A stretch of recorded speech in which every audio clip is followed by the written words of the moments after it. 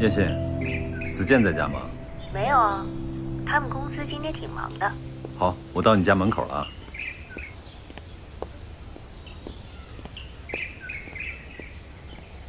你现在怎么回事呀？子健不在才来找我，还是我亲哥吗？什么事儿啊？坐坐坐。也没什么事儿。哎，那个，你跟子健最近怎么样？挺好的呀。他这个人呀，什么都好，就是太忙了。我让他帮着我去订那个婚庆公司，他都没时间。婚庆公司？何止婚庆公司啊，在哪儿订酒席，在哪儿度蜜月，机票、酒店都是你妹妹我一个人弄的。那子健最近在忙些什么呀？天龙的业务呗。我跟你说啊，子健现在基本上就是天龙集团的2把手了。那个龙哥什么事都要问他，我甚至都觉得，如果没有我们家子健，那天龙集团什么都不是，没什么未来。怎么说呢？ No， 那个龙哥不是想要进军新能源领域吗？就凭着子健和嫂子这层关系，帮他省了多少事儿啊！而且就说投入这方面啊，嫂子把他和万川矿业这么一连线，龙哥新能源的第一步就算走稳了。那你说，要是没有子健，光他自己去张罗，我看再投5个亿都不一定能起步。所以你那个房子啊，你根本没有必要担心。这龙哥就是想要表示表示嘛。我就说你这脑子就是小时候发烧给烧坏了。不是我说了这么多，明明白白，有理有据，怎么了？这是能表示的事情吗？这是可以表示瞎表示的事情吗？你别说我说5个亿，嫂，你怎么这么快就回来了？你不是说今天要忙的吗？哎呀，我看那边没什么事儿，我就想回来早点陪你。哥来了。哥，你怎么来了呀？哦，我就是来看看妍心。我告诉你啊，哥现在是占用了工作时间来找你，是不是你把哥叫来的？没有，他自己突然之间就跑过来了。啊？对，我正好逮了个空，过来看看你们。哦。哎哥，据我了解，你最近应该挺忙的呀。啊？为啥这么说呢？不是来了一个那个。去吗？我跟哥聊一下工作。哦。那我去赶稿子。行。一会儿再跟你说啊。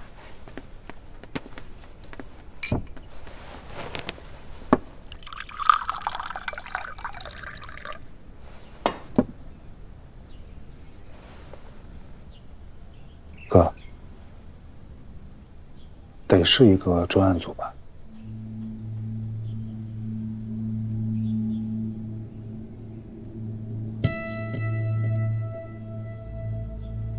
你这消息挺灵通啊，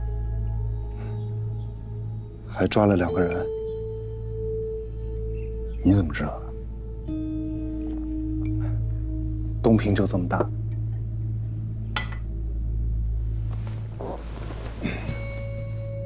哥，是不是找你谈话了呀？你为什么会觉得他们会找我谈话呢？其实我吧，一直想过去找你的，但刚好你今天来了嘛，我就想说我们2个应该好好的谈一下这件事儿。我觉得吧，专案组是对着万海岸来的。说说看，你为什么会觉得是对着万海岸？我也没琢磨明白。您就说是不是吧？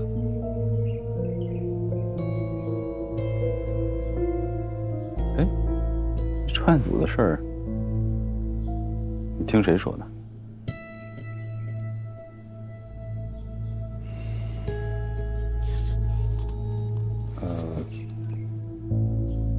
谢鸿飞。根据我们调查，程子健和王玉、谢鸿飞、孙飞之间有着密切的关系。他们之间的联系是从什么时候开始的？3年多以前吧。谢谢。从他们的通话记录，我们可以看出，程子健找到王玉后，他们的关系和往来就变得密切了。从他们通话的频次和每次通话记录里面的时长来判断，他们似乎在谋划一些事情。我还有一个意外的发现。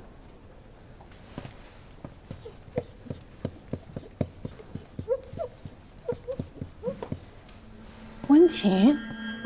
东平中级人民法院刑一庭庭长，万海案的主审法官。没错，除了江红军、陈有才之外，程子健和所有人都保持着紧密的关系。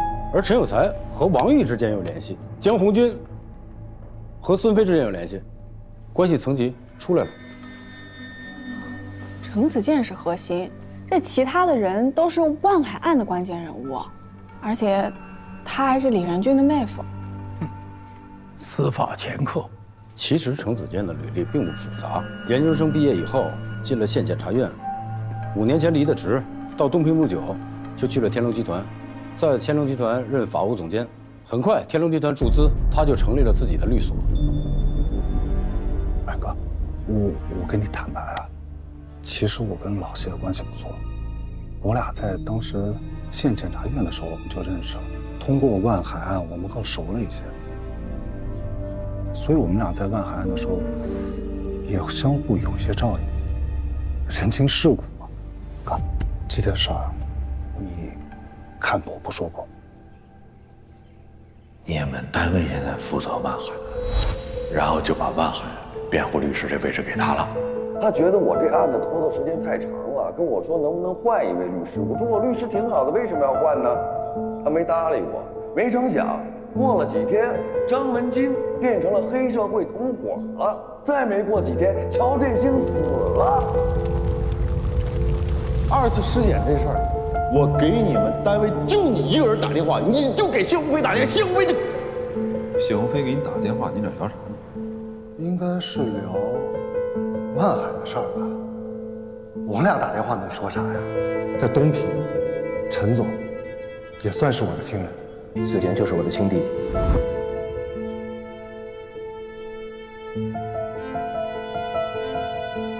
其实今天呢，我也想借这个机会跟您说一声抱歉。上次您不是问我，我当时我没说实话，这事儿就一直在我的心里面，我就是像一个结一样，它过不去。你拿我当家人，那家人在一块，有什么事儿不可以掰开了揉碎了聊啊，对吧？所以我今天想跟你坦白。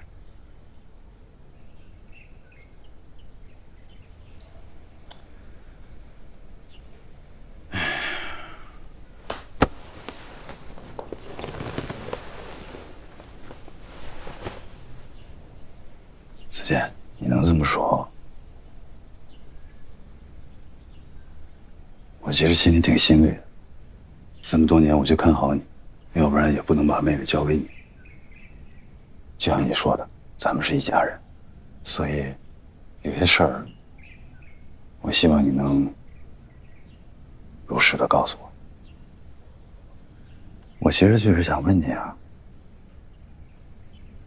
你跟陈胜龙到底什么关系啊？啊？你们俩应该不是这种单纯的雇佣关系吧？这陈总到底是个什么样的人？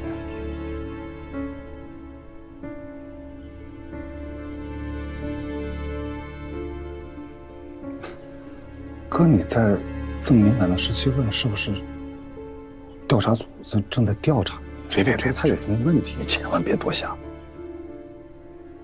我确实查过他了，但我就是觉得这一家公司，你说从没有到有，所有的资金都来自境外，陈总这个人也是，就是我查完之后，我会觉得这不科学，你懂我说这意思吗？哥，你上手段了。不是，我真不理解这是为啥？是他们有问题吗？还是说了，你别多想。你这样，你换一个角度想一下啊，你就说，房子是不是退不了？你嫂子还得帮他弄着什么矿山、什么新能源这些事儿。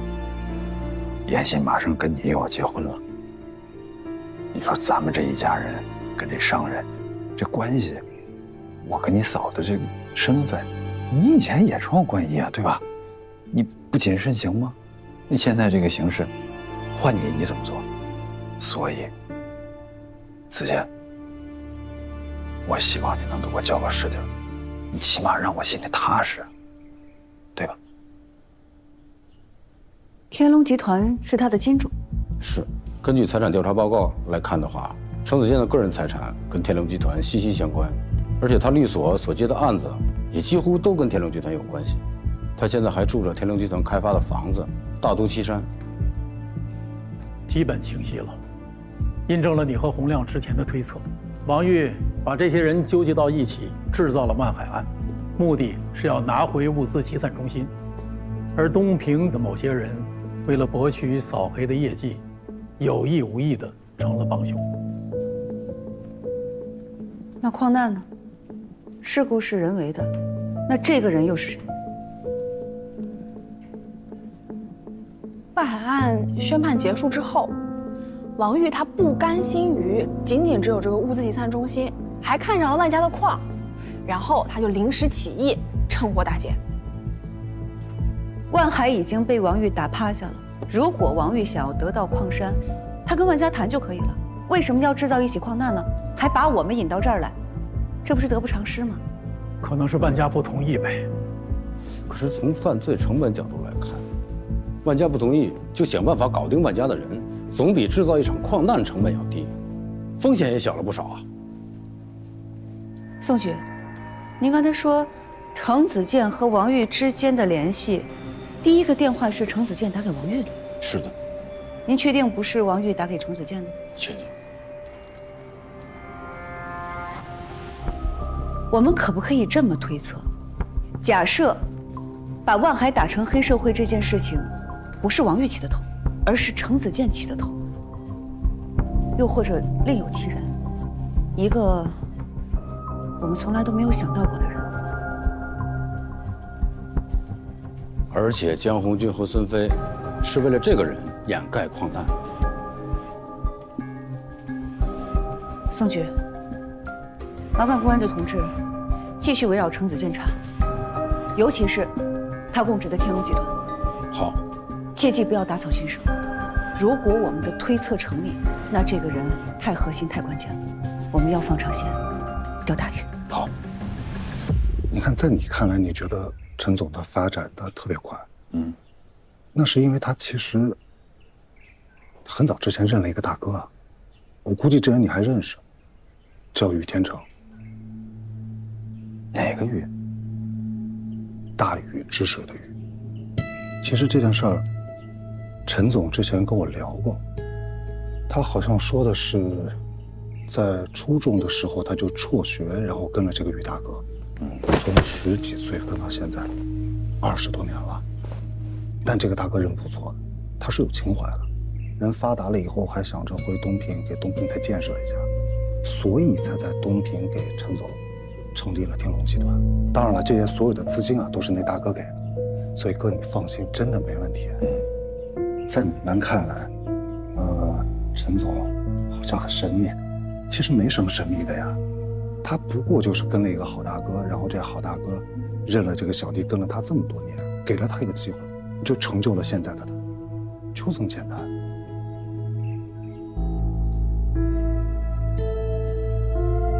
明白啊。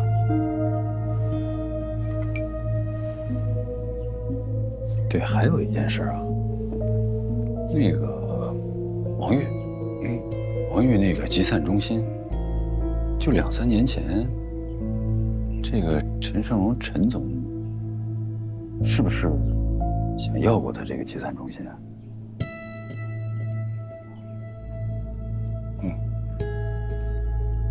整个这个过程，你都参与了吧？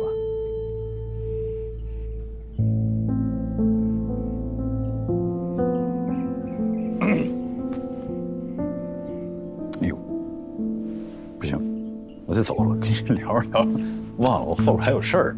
行，衣服挂。我让严青送你啊。哎，哥，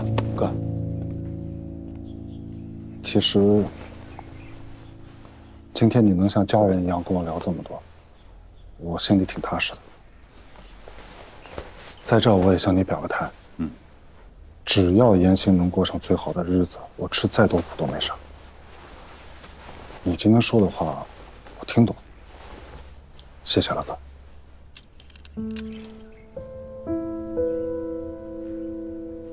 明白。严青，我走了啊。舅舅走了。哎，哥，哎呀，哥，哎，你是来找我的吗？怎么跟子健聊完就走了？哎，等，你跟我说实话，是不是跟嫂子吵架了？没关系，我给她打个电话，我帮你从中斡旋斡旋。什么乱七八糟的呀？那什么事儿啊？啊？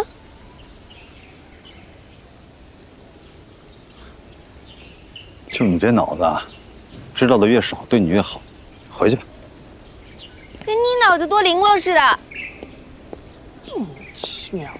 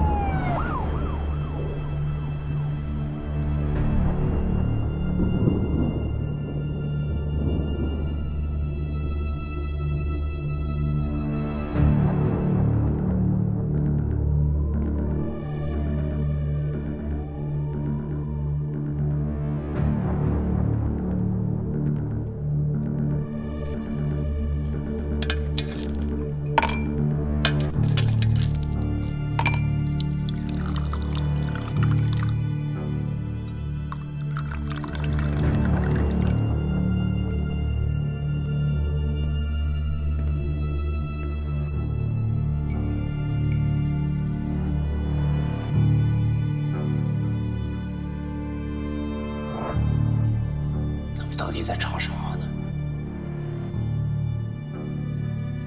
还是望海案吗？会翻案吗？你说他们到底查哪儿了？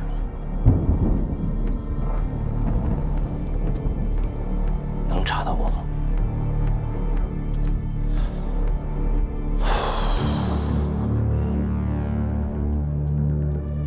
万海是王玉搞的，跟你有啥关系啊？你想想啊，你给过王玉1分钱吗？没有吧？所以你放心，查不到你的。查不到我，查得到你吗？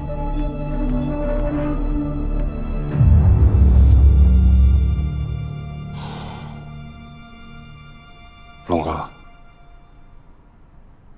你还记得你第一次找我来，跟我聊万海这件事情的时候吗？老板，程律到了。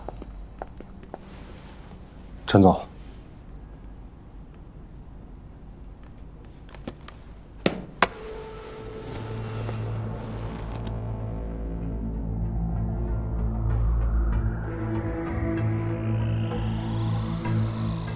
我能信任你吗？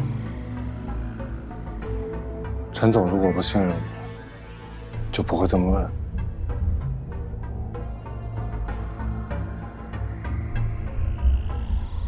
我想把一个人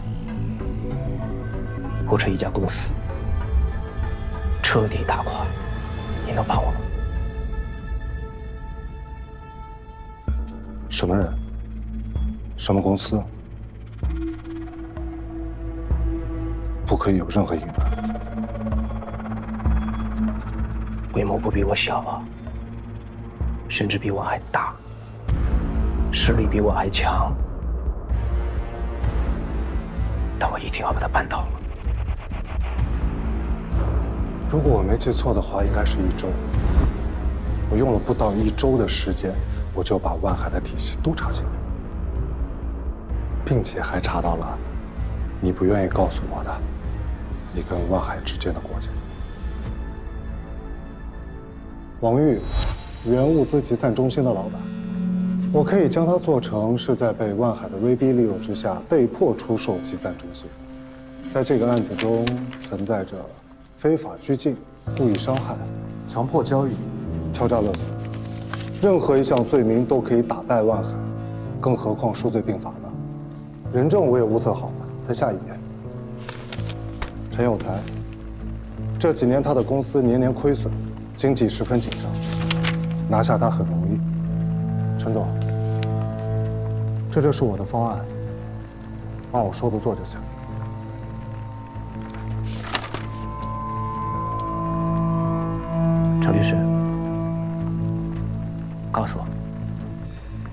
你想要什么？陈总说的是真的吗？张律师，我希望你能诚实的告诉我，你想要什么。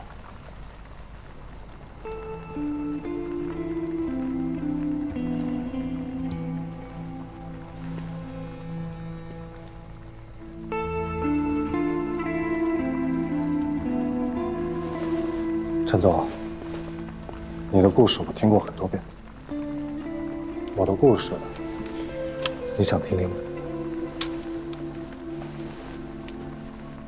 我呀，就是个农村的孩子，从小我就知道读书是我唯一的出路，所以我就一直发愤图强，刻苦学习，考上了大学，进了检察院，当了一名检察官。 我以为这样我的命运就会改变了，但是我错了。我发现我根本不适合这份工作。我不想要一份一眼就看到头的工作，然后平淡的过完一生。忽然有一天，我明白了自己想要什么。我想要出人头地，想要荣华富贵，想要改变命运。所以我辞掉了工作，来到了东平，遇到了你，龙哥，你是我的伯乐，是我的贵人。跟你这段时间，我无比的相信我跟对人了。我今天把话撂这，他们查不到你的，但他们很有可能会查到我。即便他们查到了我也会尽全力保障你的安全。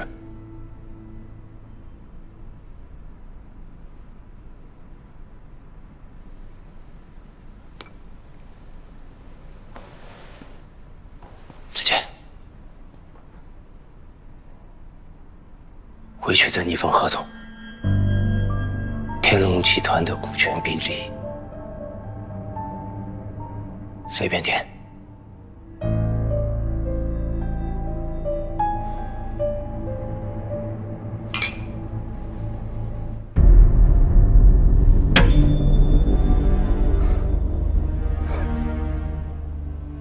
都说世间万物都有自己的规律，但我偏偏不是一个喜欢循规蹈矩的人。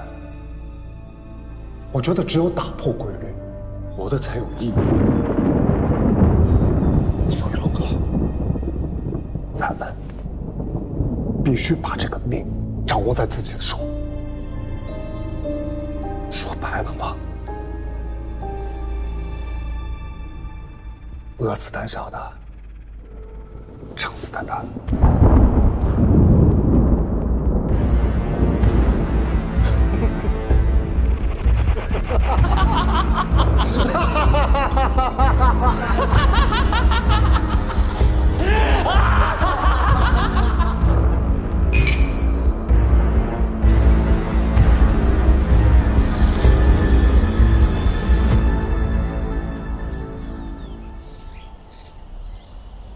怎么样？摸得差不多了吧？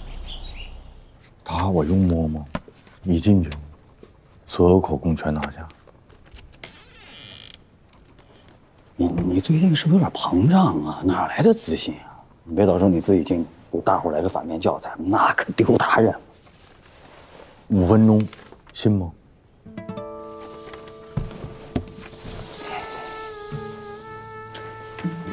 ？5分钟是吧？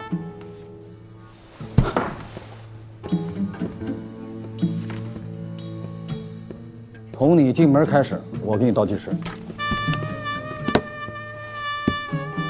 我饶你1分钟。你快去吧。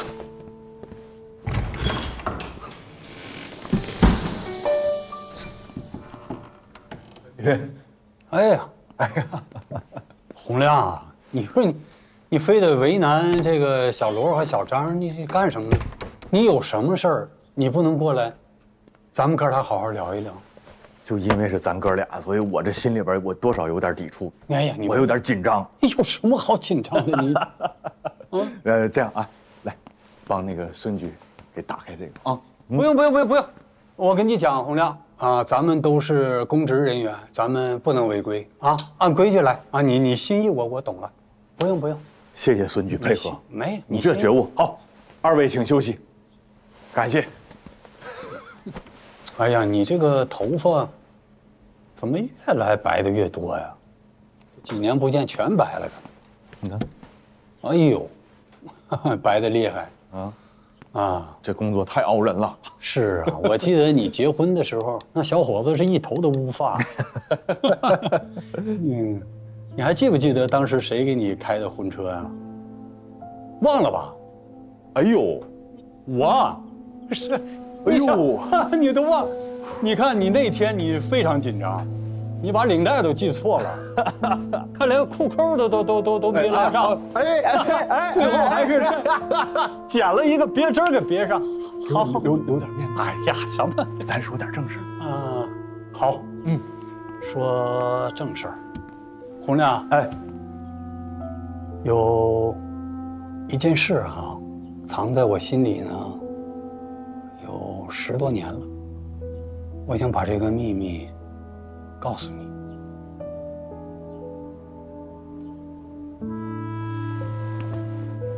当年你，然后乔振兴，还有李仁俊，你们3个人刚进检察院的时候，遇到了一件事，你知道吗？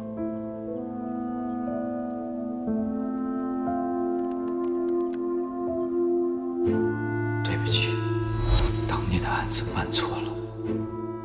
孙一虎可能不是主犯。判处孙一虎死刑，剥夺政治权利终身。枪杀人的肯定是王大勇，你爸怎么可能？我自己本来也想继续查下去的，可是他们把我丢到了乡下，我怎么查呀？是案子吗？什么案子？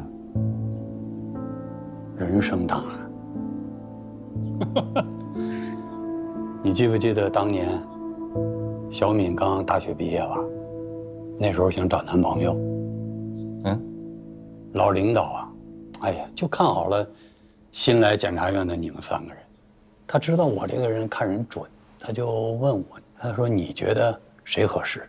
我当时我就藏了个心眼儿，因为我就感觉你和小敏之前你们俩就有那个意思。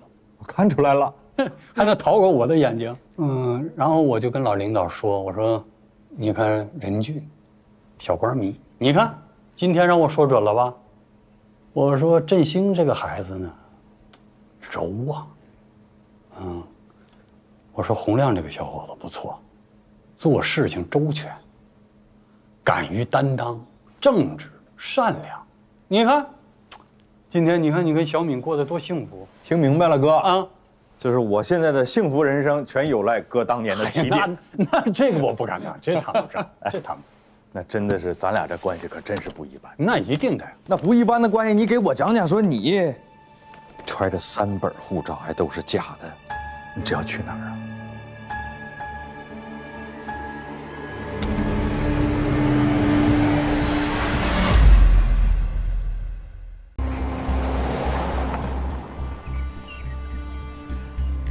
万海案要是真的判错了，我将万劫不复。我觉得这次东平政法系统的大地震是免不了的。这次专案组来势汹汹，不像是只走个过场，敷衍了事。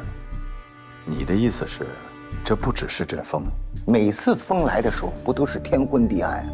所有人都认为要改天换地了，结果呢，东平还是原来的那个东平。那你打算怎么办？主动找专案组说明情况，还是检举揭发？这有些人啊，一有风吹草动，就胡乱的检举揭发呀。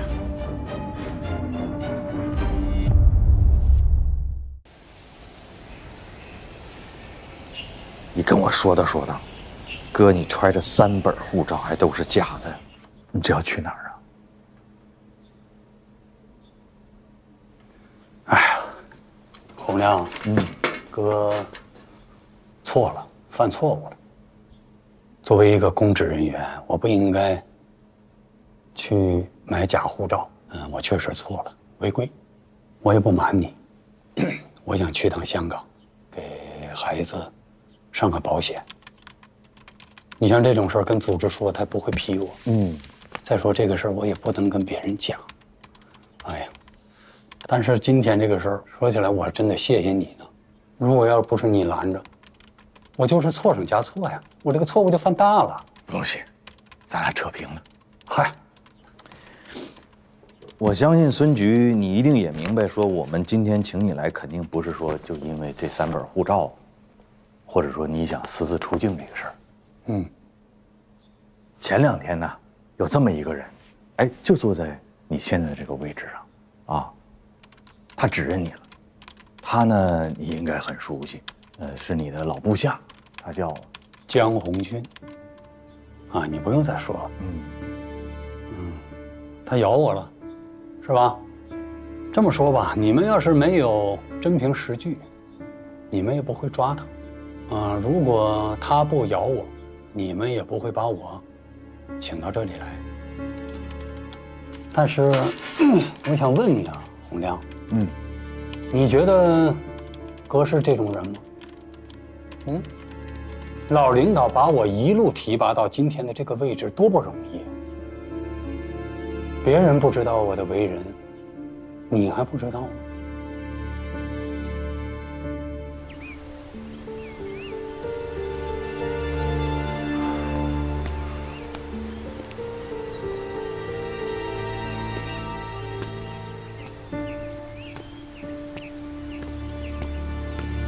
哎呀，当领导的总是领先一步啊！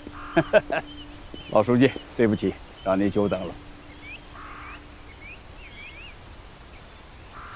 嘿嘿，好在早到晚到，不差事儿，我们还能在一起看风景啊！老书记啊，当年东平一别，到现在咱们有多少年没见了？10多年了吧？我们都老了。我是老了，但您看上去还是风采不减当年呢。当年我还以为我们从此就各行其道，老死不相往来了。山不转水转，这说明什么？啊，老书记，说明啊，咱们这是有缘分的。可是不管怎么转，猫还是猫，鼠还是鼠啊。李总啊，人老了就要服老，一代人自有一代人的活法，儿孙自有儿孙福，他们的路最好还是让他们自己走。啊，我听说于总弄了个庄园，养马种花，锦衣华食，这样颐养天年很好，知足常乐吧。这小远跟你说的吧？说起江红军，这个孩子本质还是不错的，啊，非常好。我不知道你们还记不记得当年的829大案？那个犯罪分子那当时多嚣张，拿了2把自制的5连发呀，背了几百发子弹跟我们对射啊。那天是我出的警去逮捕他，我一脚就把门踹开了，那个子弹真的就在我耳边往后飞呀。当时江红军突然间就把他给扑倒了。江红军就是因为这个立的2等功。啊，回来之后我们给他提了大队长。那就是说，其实孙局你对他还是很认可的。那当时非常认可的。那你分析哈，因为你熟悉他嘛，这样一个民警是怎么能够说一步一步走来走去，最后走到你现在这个位置上来的？我坐的这个位置，你现在你还不能定性。那是，他怎么走到这个位置上来呢？我这么跟你讲吧，他自从当上这个大队长之后，他慢慢的他就形成了自己的一个小圈子，这个社会关系就变得极其复杂。说真心话，我对他交往了什么人，啊，和什么圈子打交道，我真的都不是很清楚。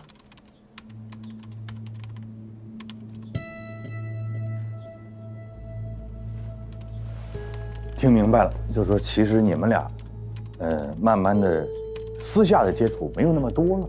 那不管怎么说，就是你们俩当时，啊，上下级一场也好，还是说，兄弟手足情深也好哈，那他怎么还会说，坐到这儿，把你给指认出来了呢？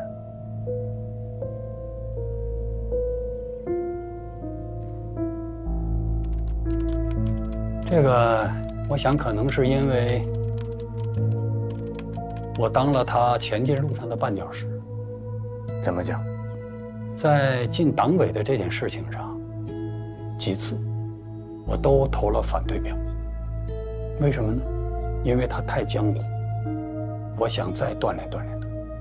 当然了，这个事儿我也直接跟他讲，我说你不能这么江湖，啊，你是人民的公仆啊，你是一个执法者呀，你不能总讲这个人情世故。我想，可能是因为这些事，他对我产生了怨恨。他甚至还会说，就是我呀，把他拉上了这条船，而且还不止一次的讲。我非常痛心。所以接下来，关于江红军对我所有的指控，我都不予回答，因为都是诬告。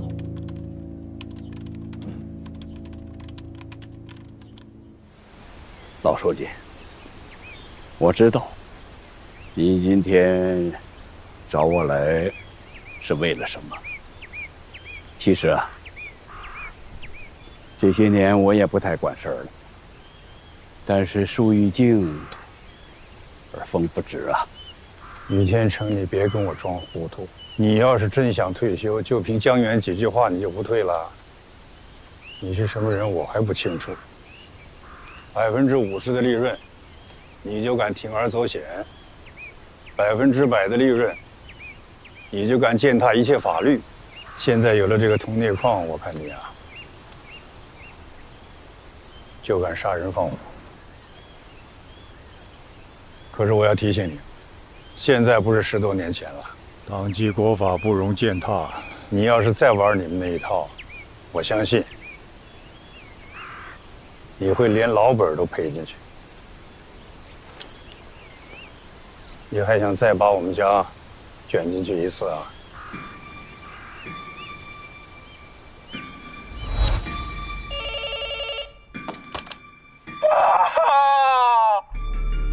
我出事了！我出事了，妈！我开车撞死人，怎么办啊？你个混账东西！你哪来的车？啊！谁让你开的？喂，我于天成。你儿子把人撞死了，醉酒、无照，再加上撞死人，江书记，这至少也应该是7年吧。我们现在在平南大道，你赶快过来吧。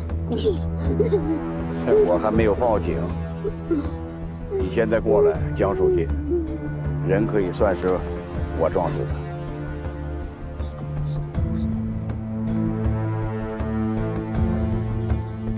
于天成，没想到你动了这么多脑筋，最后动到江远头上了。想过这么做的后果吗？怎么，江书记，你就不想想你儿子的后果了？啊？你们过来就都明白了。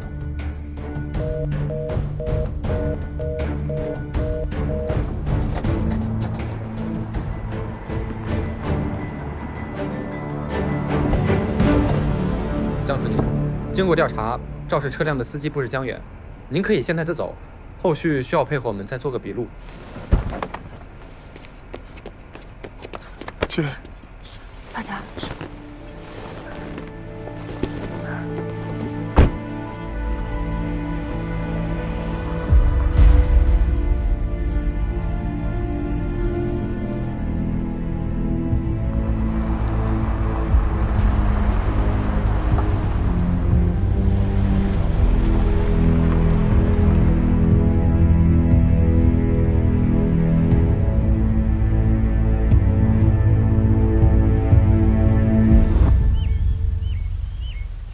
书记啊，什么新能源，哪是我这把老骨头能弄明白的？小远有知识，有雄心，想干一番事业。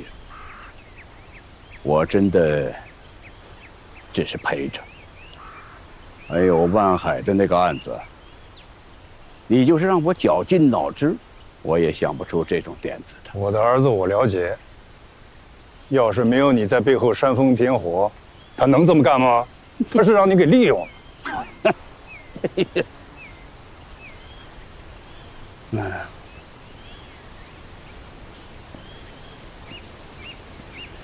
好吧，于总，你到底要我怎么干，才肯放过江远，放过我们家？老书记，谁放过谁呀？那座矿山本来就是我的，事情发展到今天，我们都收不了手。我和我的学生，包括你，早就被裹进去了，而且是被你们家江远给裹进去的，不是吗？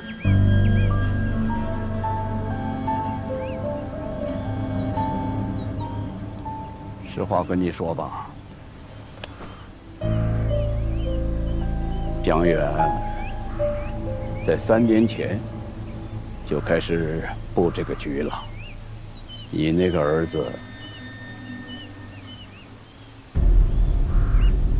你真的了解他吗？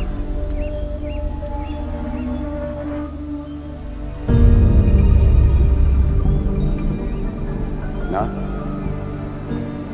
咱不能在半山腰待着吧？走吧，继续上山，啊！